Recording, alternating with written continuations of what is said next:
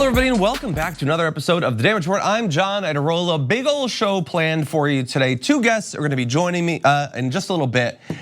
Shortly, we're gonna be talking about the Democratic primary and this concept of electability. Well, I've looked at some of the polls and I would like to put out my own idea of what is electable in 2020. I do wanna say though, if you're joining us for this live video right now, you may not know that before our show, usually like 20, 30, 40 minutes before the show, on our YouTube channel, we do daily live videos. So you can go to youtube.com/The Damage Report and subscribe, hit the bell, all that stuff, so you can see that every day. We had a great little discussion going on with thousands of viewers that crashed, unfortunately, because of some technical error. But anyway, it is a lot of fun. So if you haven't been joining us for those, you should definitely do it. We do it every day before the show. It's a lot of fun. So much to get to. Why don't we jump right into it? We hear a lot in this Democratic primary about electability, how important it is. And what's interesting is that it's sort of a self-fulfilling prophecy that all the voters are saying, I want a candidate who can win. I think this candidate can win, and I'm gonna support it. Well, why do you support that candidate? Well, they have a lot of supporters. That seems to mean that they can win. So it's a sort of circular thing. But I've been looking at the polls and I think there's actually a couple different directions we could go in. So I wanna inject a little bit of new data into this consideration. Before we do this though, I do wanna show you a little bit of a video from earlier on today, I believe. It was Steve Kornacki talking about some of these new general election polls and revealing something that I think Democratic primary voters really need to know. So let's watch. Heading into the critical Iowa caucuses, we have a look at some new polls. In the last 24 hours, a bunch of new polls come out here. A national poll from Monmouth yesterday, they find something we've been seeing for a while now. Biden clearly in the lead in this poll. Sanders clearly in second. Warren in third, clearly behind him. By the way, Bloomberg, with all that money spent outside the first four states, getting to 9% here. But check this out. The other national poll to come out yesterday from CNN, first time you've seen that in a long time. Bernie Sanders in the lead nationally. What's the difference between what you found in this CNN poll that has Sanders ahead? Non-white voters in this poll, this CNN poll, he leads Biden. He leads Biden by 3 points among non-white voters. I don't know which of those polls is right, but if Sanders is going to win the nomination, that's where he's got to build support. You see in that poll what happens when he does. Yeah, there does seem to be something happening, and the national polls and the trend lines in Iowa appear to be converging as well, if you believe some of the private numbers we've looked at. So Chuck Todd acknowledging there does seem to be something happening. We'll see if he continues to acknowledge that going forward. But what Steve Kornacki said there was good. Now look, if you look at all the polls, they don't all tell the exact same story. That first poll they were showing has Joe Biden continuing to have an ever narrowing, but a lead over Bernie Sanders nationally. But that second poll got talked about a lot yesterday. It was a CNN poll. He's gained 7 points since the last CNN poll, which was back in December. That is significant. This is not just some fly-by-night operation which did like one poll. No, this is like a gold standard pollster. They use both landlines and cell phones. They do call cell phones, and they conduct live interviews. It's not an automated thing that can skew the results itself. This is a very reliable poll, and they're acknowledging that things are changing. Also credit to them for acknowledging what the mainstream media very rarely wants to acknowledge, which is that the concept of the Bernie bro doesn't make any sense when you look at the people who are actually voting for him. He has gotten this lead in large part because he's doing better and better amongst non-white voters. We're gonna have some more numbers for you on that in just a little second. Actually, why don't we turn to that right now?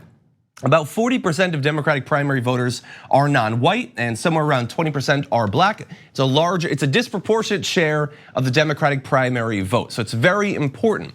Now, most challengers to Biden have lacked support. This group, Sanders, though, is more than holding his own. He's at 30% with non-white voters compared to 24% among white voters.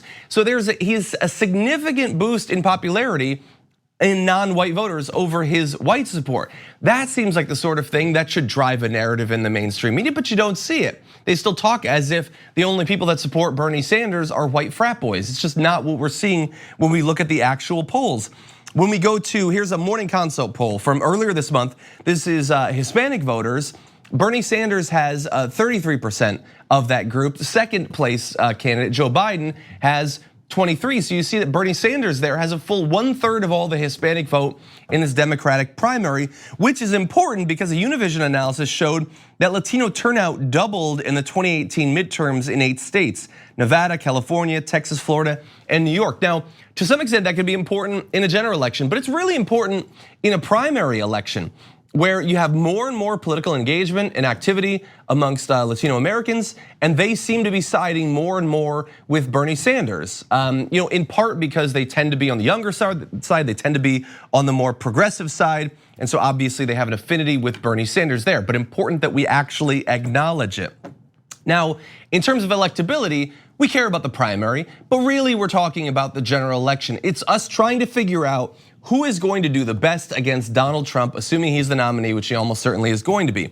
Well, amongst important groups, it seems like Bernie Sanders is probably doing pretty well there. If you look at a general election poll amongst independents specifically, now look, basically everyone is beating Trump in that group, but nobody is beating him in the same way that Bernie Sanders is. Sanders has 10 points on him there. Oddly enough, Mike Bloomberg is doing second best there with a 6-point advantage, but it drops off from there. That is one of the things that we've been saying for years about Bernie Sanders, is that he not only is very popular amongst the Democratic primary voters, he has the highest favorability rating of anybody running amongst Democratic primary voters, but also once you go to the general election, he pulls in independents and new voters in a way that no one else does. Okay, and here's the thing, like, we could look at a million different polls, and they don't all show, as I said, the same exact story. There are general election polls that show Bernie Sanders beating Trump more than anyone else. Very recently, CNN put out one of those, so that's very important. If you go back over the last year, Joe Biden has done pretty well in those general election polls too. But what I'm saying is that if you believe that electability should be the most important concern, you cannot look at these numbers and say, well, then our decision is made for us. We should go for this candidate. You might think that Joe Biden is going to be strong in the general election, but I'm showing you data that shows that Bernie Sanders would be at least as strong, if not stronger, among certain important groups. It becomes, at the very least, a bit of a wash, this vague concept of what is electable. Anybody can beat Donald Trump. The question is, what are they gonna do if they win? And when there's no clear winner, or at least no clear winner the mainstream media is gonna acknowledge, and Bernie Sanders is doing so well, then maybe we can go to a more substantive second tier of reasons to choose a candidate. Maybe we should look at what they've actually done, what they've actually said, what they've stood for, what they would do if they became president. Electability is important, but it looks like we're probably doing okay in terms of these general election polls. Let's actually choose a candidate that is gonna bring in new people and is gonna get stuff done if they become president. Okay, so that's what I'm thinking about as we go into the Iowa caucus. We'll see if people agree with me. We are gonna take a short break. We come back, the first 2 guests are gonna join us after this.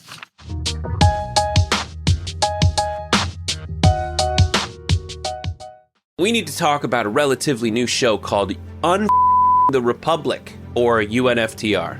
As a Young Turks fan, you already know that the government, the media, and corporations are constantly peddling lies that serve the interests of the rich and powerful. But now there's a podcast dedicated to unraveling those lies, debunking the conventional wisdom. In each episode of the Republic, or UNFTR, the host delves into a different historical episode or topic that's generally misunderstood or purposely obfuscated by the so-called powers that be, featuring in-depth research, razor-sharp commentary, and just the right amount of vulgarity. The UNFTR podcast takes a sledgehammer to what you thought you knew about some of the nation's most sacred historical cows. But don't just take my word for it. The New York Times described UNFTR as consistently compelling and educational, aiming to challenge conventional wisdom and upend the historical narratives that were taught in school. For as the great philosopher Yoda once put it, you must unlearn what you have learned. And that's true whether you're in Jedi training or you're uprooting and exposing all the propaganda and disinformation you've been fed over the course of your lifetime. So search for UNFTR in your podcast app today and get ready to get informed, angered, and entertained all at the same time.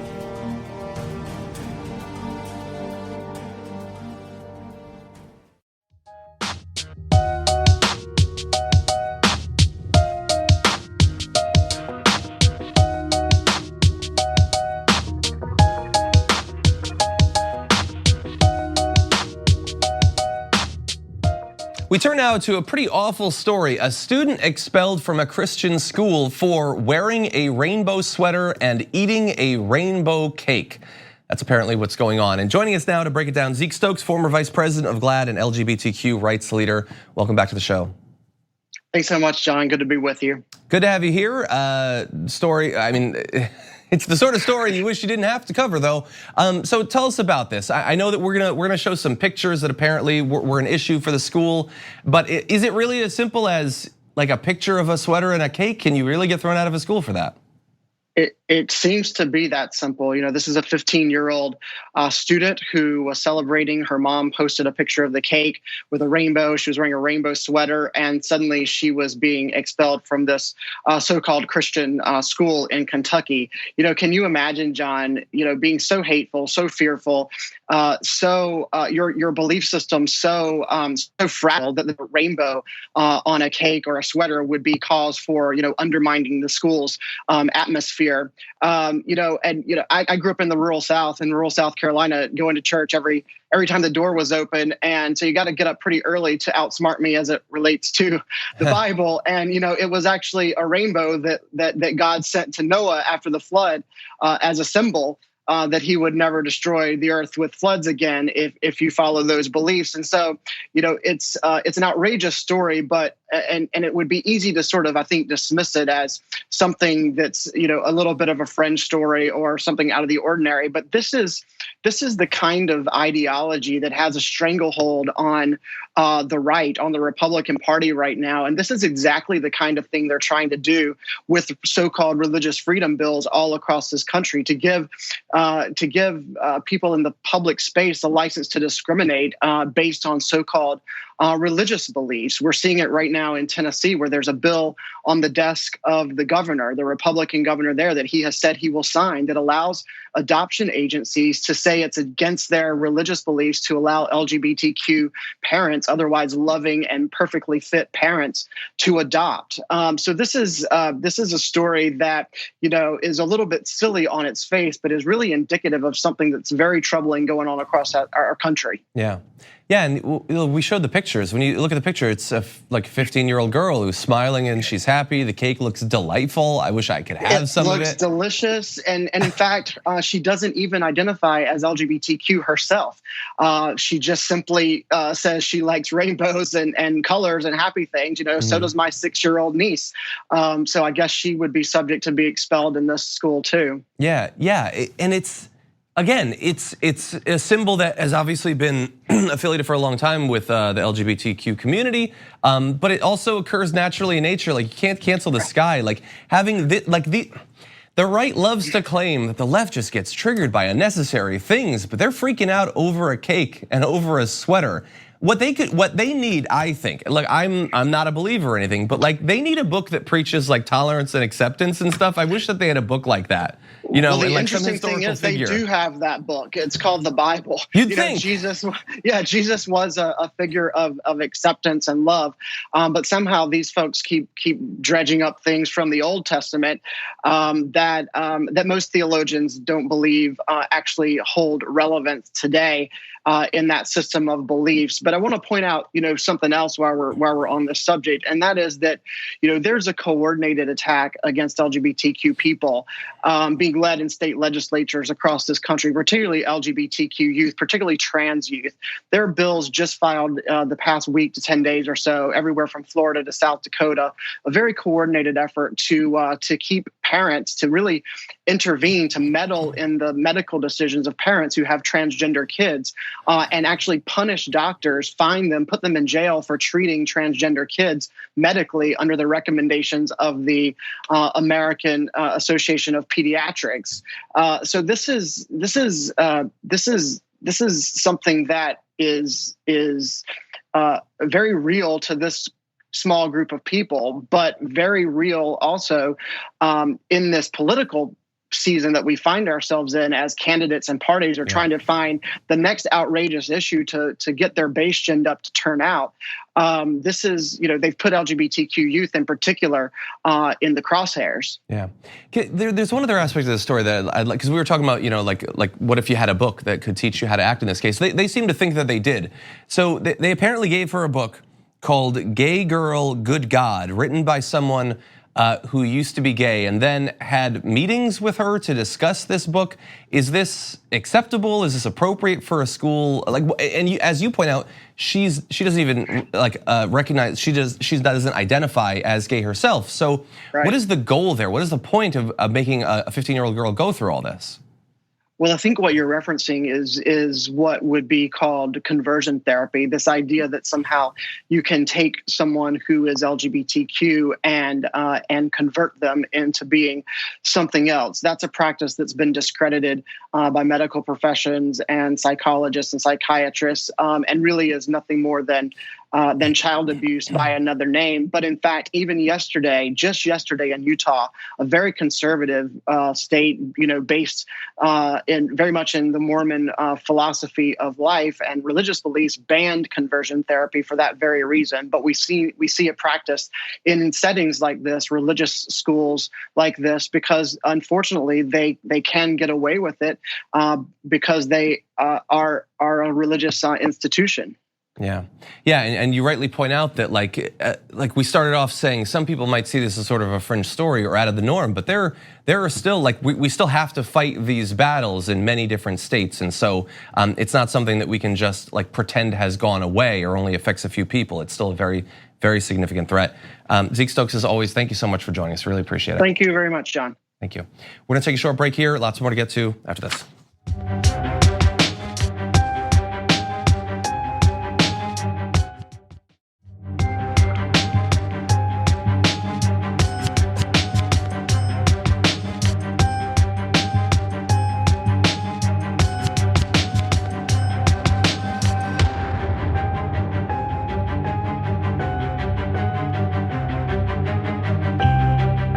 Another week, another brutal, cruel, and unnecessary crackdown on migrant rights, this time focusing on pregnant women.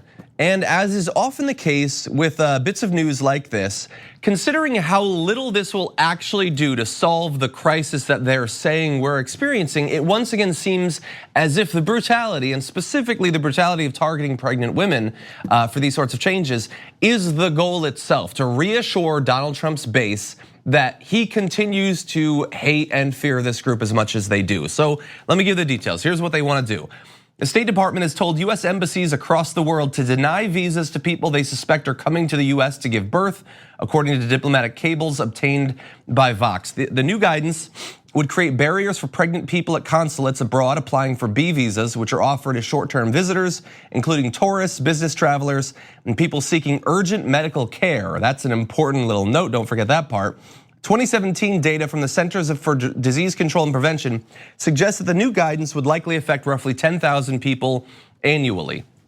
So they start from the point of view of, if anyone comes into this country with the goal of giving birth here, thereby granting birthright citizenship to the child that is born, they must be blocked. And if that means that caught in the crosshairs will be a number of women who are simply traveling or some who need non-birth medical care that they can only get in the United States, well then, omelets, eggs, you do the math. They're gonna bar thousands of people if it stops one person that they don't want being a citizen from getting citizenship. And even inside the State Department, there are people who appear to agree with that. One State Department official who spoke on the condition of anonymity said people will die because of this. And again, remember, the people who will be dying are, by the very nature of the change, pregnant women. And so again, this comes to you from the pro-life party. So this is something that is not just some minor staffer who is trying to make this change. Secretary of State Mike Pompeo himself signed off on the cable, which is drafted by a staffer who works on consular affairs. The State Department didn't immediately reply to a request for comment. Okay, they're perfectly happy for this to be publicized. They, after all, want their voters to know that we haven't forgotten. No, you hate these people. You think of citizenship as some sort of limited resource, as if some woman comes in and gives birth, that means that an American child doesn't become a citizen or something like that. And so we are continuing to attack and demonize this group. So how are they actually gonna do this in practice? Because there's a little bit of ambiguity there too. How do you know that the person is coming here to give birth? Well, according to the cable, a US consular officer can't ask a visa applicant if they're pregnant or intend to become pregnant. However, quote, If you have reason to believe the applicant will give birth during their stay in the United States, you are required to presume that giving birth for the purpose of obtaining US citizenship is the applicant's primary purpose of travel. Okay, so let's break down what they're saying there. They're saying you don't have the legal right to ask if a person is pregnant or if they're about to give birth, or if the reason they're coming in is to give birth. So you fundamentally don't even know that this person is pregnant. But if you have reason to believe, and what is that supposed to be? Like a glance at the person, a belief that they look pregnant, they look like they're about to give birth, then you are now required to assume that that isn't just a possibility, it isn't even just a certainty, but that they are pregnant and they're coming in specifically to give birthright citizenship to their child. Think about the onus that that is putting on consular workers, that they now have to observe everyone coming in and make a case-by-case evaluation of, does that person look knocked up to me? Honestly, do you think that most consular workers are trained to make that determination? And if they err on the side of blocking more and more people, again, people will die because of this, as a State Department official says. So here's the interesting thing. If you listen to right-wing media, if you listen to Sean Hannity, the radio shows and stuff like that, they're obsessed with this idea. It's one of the reasons Stephen Miller coming in was immediately dealing with birthright citizenship. They are obsessed with the idea that the rules are being broken, laws are being evaded, and just there's this flood of new people coming in and getting citizenship. They think that that's like how they're gonna lose elections going forward and all that. Let's talk about the actual numbers. There are about 4.1 million children who are US citizens and have unauthorized immigrant parents living in the US. Okay, but that does not mean 4.1 million children received birthright citizenship from people sneaking in to give birth and thus evade the rules. About 90% of non-citizen mothers with US citizen children gave birth 2 years after coming to the country or later, which means they came here, lived effectively as Americans for, in some cases, literally years, possibly met someone inside of America, got pregnant inside of America, and eventually gave birth. That isn't breaking the rules, that's living your life. And at the end of that process, what does that leave us with? More people who apparently loved America and wanted to live here for years. Giving birth to kids that what are we supposed to believe about these kids is so bad that we need to twist our consular officials into knots to make sure that not a single one gets in here. They don't even make the case that, what are these people more likely to be criminals? I know that they'll say something like that, but it's obviously not true based on the statistics we've seen. It's just assumed that anyone who looks pregnant is breaking the rules. Anyone who gets citizenship as a result of this process shouldn't have it. It's nonsense, baseless xenophobia. That's all it is. And it is, in this particular case, more transparent than ever, because they are specifically targeting pregnant women who have need of medical care. Amazing and brazen, but they feel like this is what they need to do in an election year to win.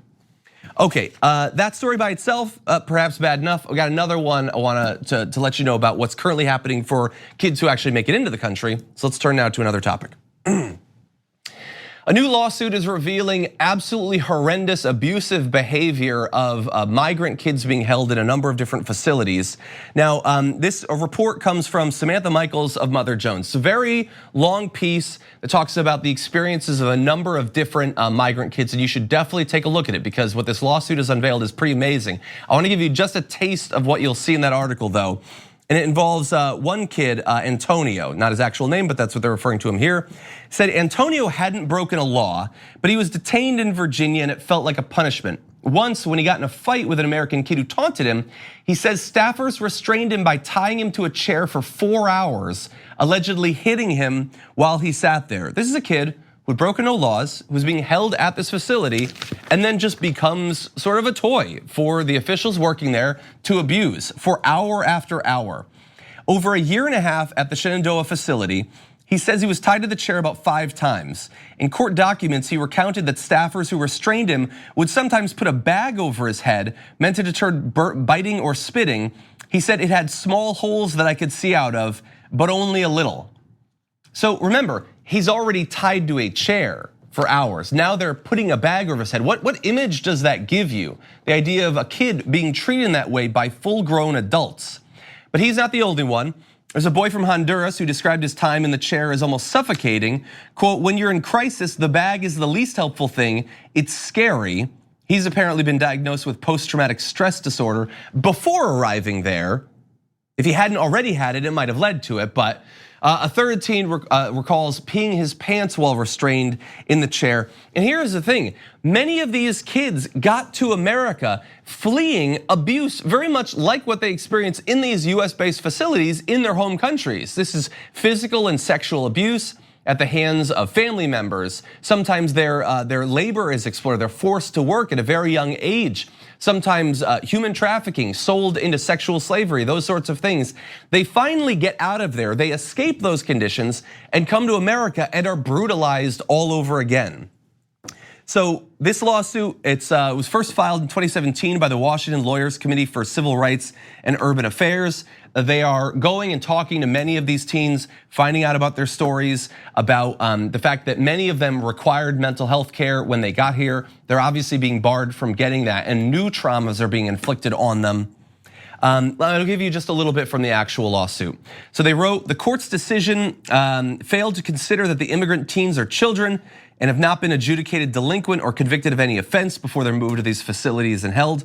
The purpose of their detention is to protect them from harm, not to punish them.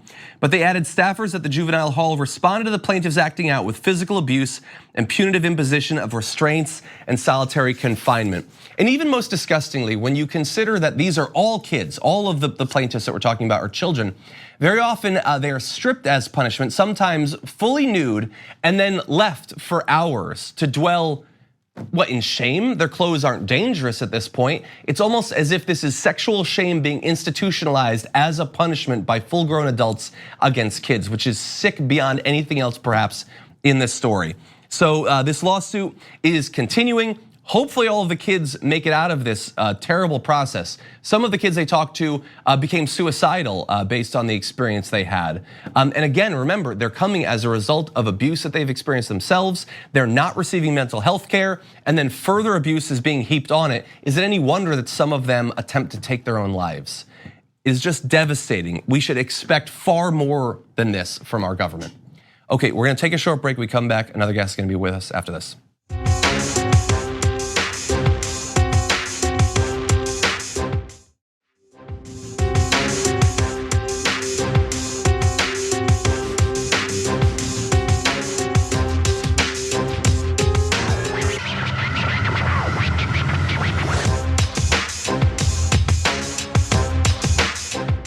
Trump recently signed the new first phase of a trade deal with China, but what does it actually mean? What comes next, and is it the end of the trade war that we've been experiencing for a couple of years?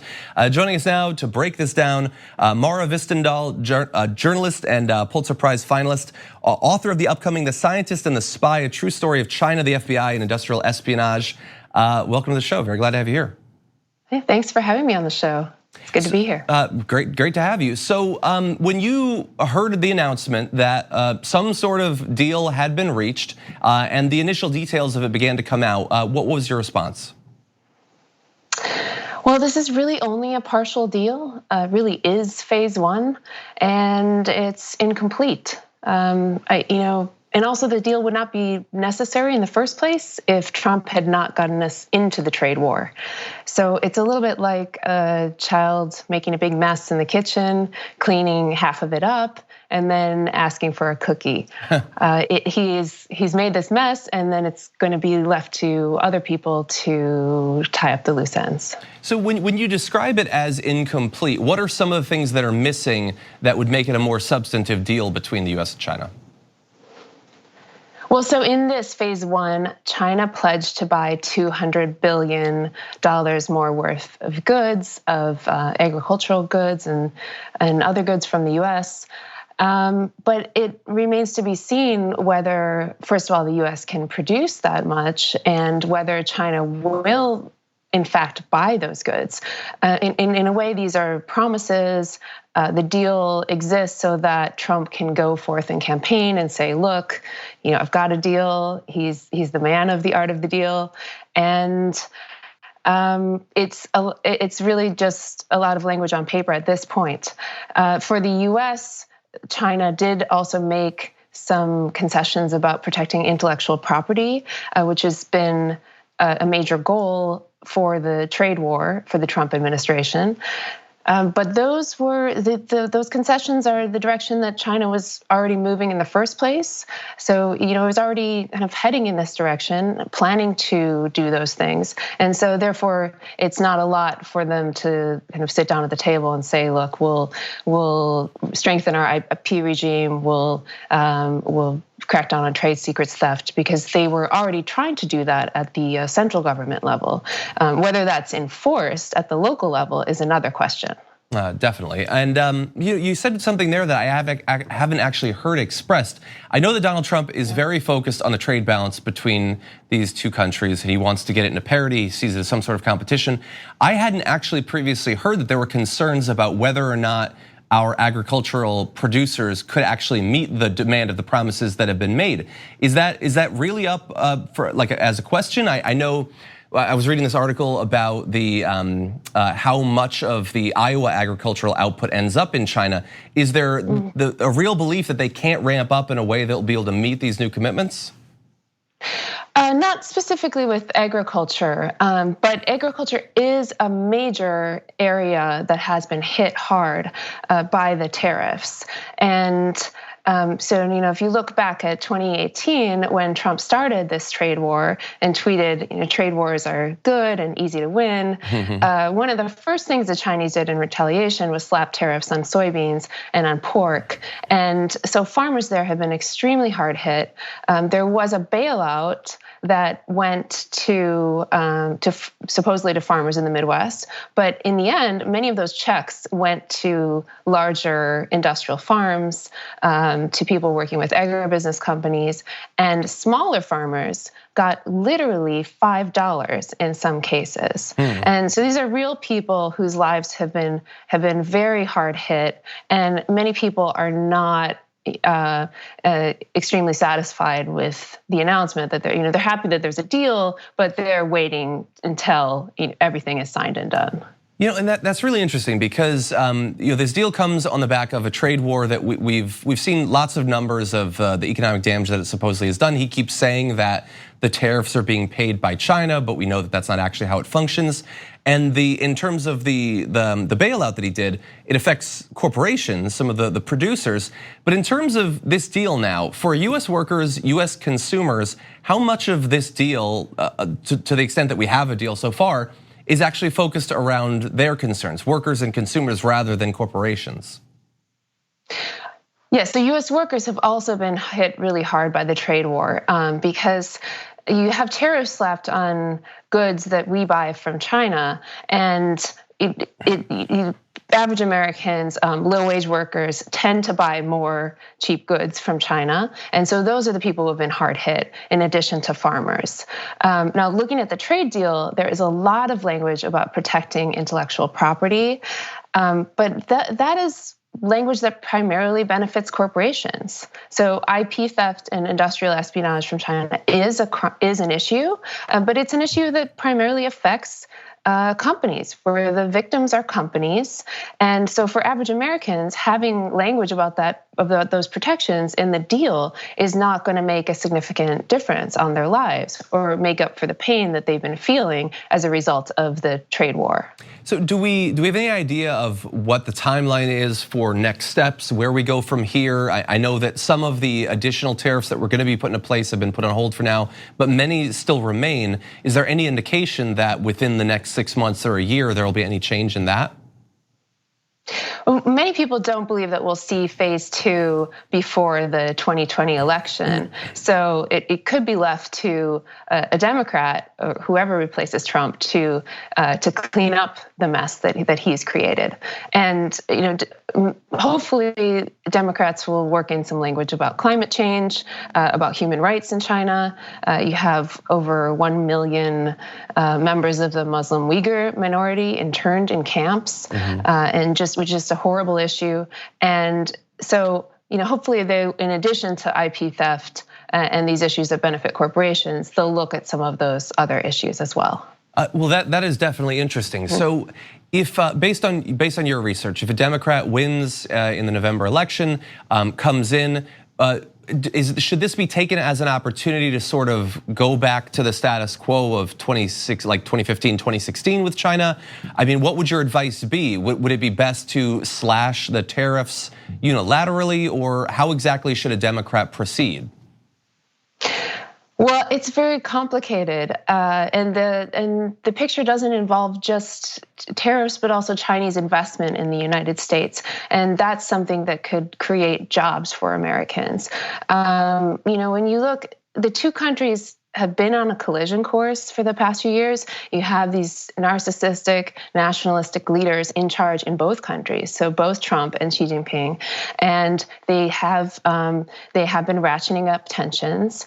But when it comes to our economies, we are incredibly interlinked.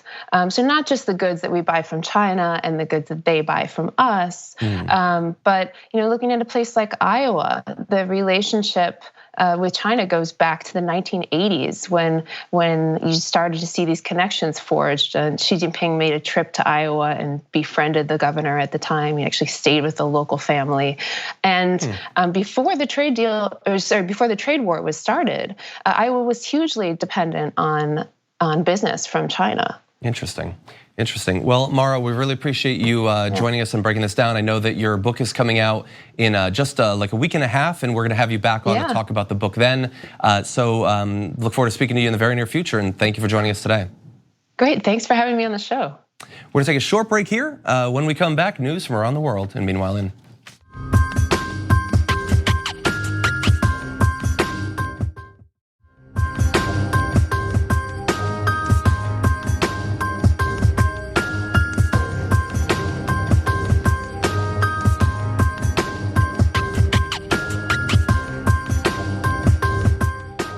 And now it's news from around the world, and meanwhile in.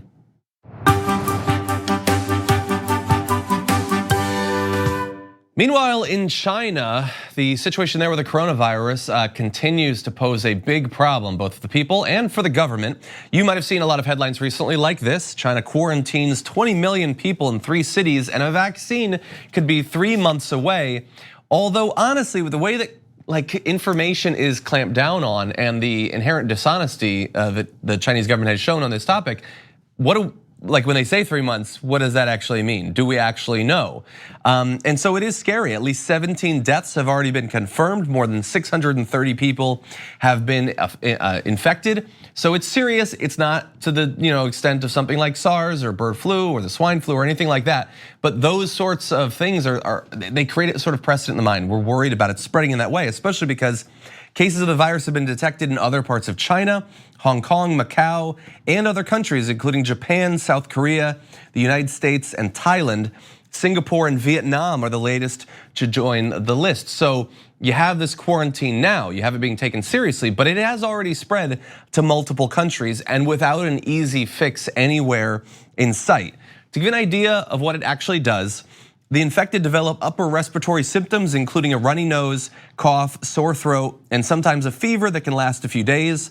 But for those with weakened immune systems, the elderly and the very young, the virus may trigger more serious illnesses like pneumonia and bronchitis. And so in this way, a lot of the symptoms, the progression is similar to some of the other diseases we've seen cropping up in China over the past few years. So there's a lot of concern inside of China about whether the government can be trusted in this area. For weeks, the government had mostly treated the outbreak as a problem isolated to the city of Wuhan. It was only after the Hong Kong news media reported that cases of the coronavirus had been detected elsewhere that the government finally began to acknowledge that this was not a thing limited to one tiny geographic area. It was a more significant issue. And so now when they say, well, we've almost got this vaccine, a lot of people are predisposed not to necessarily believe that. For people inside of the United States, US-bound travelers from Wuhan are being routed to 5 airports for screening in Chicago, New York, Atlanta, LA, and San Francisco. And remember that is being met with a quarantine in China. But again, it is a serious concern. It's in multiple different countries within the region. We will have to see if all of the governments and their screening processes for international travelers are up to the task. Meanwhile, Meanwhile, in the oceans, things are really heating up in a really weird, terrible way. It's really dark, okay? I wanna give you some numbers of how much heat has been added to the ocean that are gonna blow your mind. So there's a new study, it was published this Monday, it shows that the Earth's oceans reached the highest temperatures and warmed the fastest since records began. Now, to put it in perspective, the report says the amount of heat we've put in the world's oceans in the past 25 years equals 3.6 billion Hiroshima atom bomb explosions. This measured ocean warming is irrefutable and is further proof of global warming. There are no reasonable alternatives aside from the human emissions of heat-trapping gases to explain this heating. So 3.6 billion atom bomb explosions. We are now at 5 to 6 bombs of heat each second. So it's as if we were igniting that many atom bombs every single second of every single day, and the ocean is heating up more and more and more. So what effect does that have? Well, it says the price we pay is the reduction of ocean dissolved oxygen, the harmed marine lives, strengthening storms, and reduced fisheries and ocean related economies. However, the more we reduce greenhouse gases, the less the ocean will warm. So this is super important, and thankfully in the past couple of years, people have started to focus more on the effect of the ocean in climate change, but also the effect that climate change has on the ocean. The ocean is heating up disproportionately more than the air, but the ocean has a limit. It can only heat up so much. Along the way, tons of damage will be done. And for the huge number of people, literally billions every day, whose protein intake is dependent on the products of the ocean, that's significant. But at some point, the ocean will be tapped out. It will no longer be allowed or no longer be able to absorb some of the excess heating that we're generating. And that's when you have an acceleration in the air. And so things have been proceeding, but again, we always say it is not a linear process and it is not a constant process. There are going to be tipping points. The ocean is a big one, and it can only sustain so many atom bombs worth of heat being added on a daily basis. There's also been some really bad news recently of more and more ocean life, including whales, washing on shore with their bodies filled with plastic. So aside from the heat, we're putting a lot of other terrible things in the ocean. We need to think about that too. Unfortunately, we don't have time to go into detail, so I will just say, meanwhile in. Meanwhile, around the world, the strength of the US stock market is not necessarily being mirrored in the experiences of billions of people. Some people are doing very well, some not so much. Let's talk about both groups. So there's nearly 500 million people around the world struggling to find adequate paid work, trapping individuals in a poverty and fueling heightened levels of inequality. This is according to a new UN report. 500 million people that might be able to find some work, but not enough to necessarily sustain their lives, let alone prosper. Out of a working age population of 5.7 billion people around the world, this report found that as many as 165 million people were employed but unable to find work with an adequate amount of paid hours to meet their needs. It also found a further 119 million had either given up actively searching for work or lacked access to the job markets because of their personal situations. Alongside those officially classified as unemployed, there's about 473 million people across the planet being affected in a similar way. These are huge numbers, a lot of them outside of the United States, but they're out there and they are struggling at the same time that some people are doing quite well. A new report found that the world's 2,153 billionaires have more wealth than 4.6 billion people. And that number is interesting, not just who they have more wealth than, but the absolute number of billionaires, that has been changing a lot too. This new report shows that the number of billionaires has doubled in the past decade. So that puts us right back to around the initial recovery from the Great Recession. A lot had been done, these banks had been shored up inside of the United States and many other countries. And then largely things went back to normal in terms of the political status quo. But the recovery was never equitable. It never affected all groups evenly. Many people's wages have not gotten back up to where they need to be. They're not keeping pace with inflation. Many people's savings were absolutely wiped out. But at the same time, billionaires have not only recovered, they've in fact doubled in time since then. To put it in a world perspective, the 22 richest men in the world have more money than all of the women in Africa. That entire region of the world, you can take a tiny handful of men, they could fit comfortably in this room for some sort of cocktail gathering, and more money than all the women in Africa. So we are seeing huge gains for a very small number of people, literally just a couple of thousand people, and billions of people struggling, increasingly so. Many unable to find any work, hundreds and hundreds of millions more able to find some work, but not enough to live an actual life of dignity and freedom. And I have a great quote from Oxfam India CEO Amitabh Bhattacharya, who says, "The gap between rich and poor can't be resolved without deliberate inequality busting policies, and too few governments are committed to these. Our broken economies are lining the pockets of billionaires and big business at the expense of ordinary men and women. No wonder people are starting to question whether billionaires should even exist." And that's at a time when they're becoming increasingly common. Some people are benefiting, but until the government stops just taking their marching orders from these people, organizing things in a way that more and more of that money is gonna flow to the very top, we are not gonna fix this inequality. The system is not designed to do so. So the system itself needs to be changed. That's the only solution. Okay, thank you so much for joining me for this packed episode of The Damage Report. We've got more to close out the week tomorrow with Brett Ehrlich, host of the Happy Half Hour. We will see you then.